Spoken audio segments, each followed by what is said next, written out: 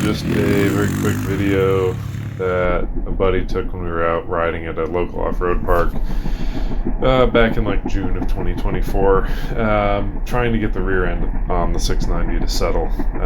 It's the suspension on these bikes that the forks are just dirt bike forks, but the shock is a very small diameter shock, and the linkage ratio is pretty odd on these, and it's not progressive at all. So you end up fighting with it kind of mid-stroke, with it being too stiff and then not being stiff enough deep in the stroke. So you can kind of see there's some stuff where it gets kicked around a little bit, and I didn't really have the rebound stiff enough. It was just interesting to see kind of load the suspensions under.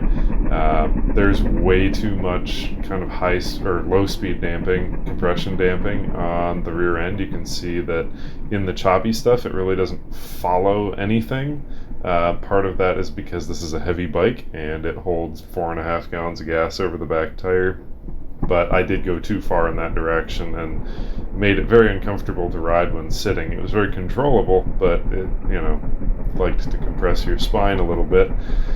It's also interesting to see kind of some of my body position. You can tell that I'm working against the bike a little bit, where the back end's wanting to stay high and I'm really wanting it to be more on the back wheel.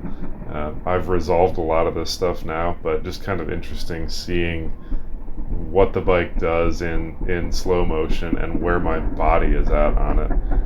There's this little whipped out section that kind of showed the same thing. You can see the rear end gets to about half stroke, and then it really seems to firm up. Some of that is it's getting close to where the bump stop is, but a lot of it is it's rebound and too much low speed compression. So too little rebound, too much low speed compression. So that's all sorted now, but always interesting to see.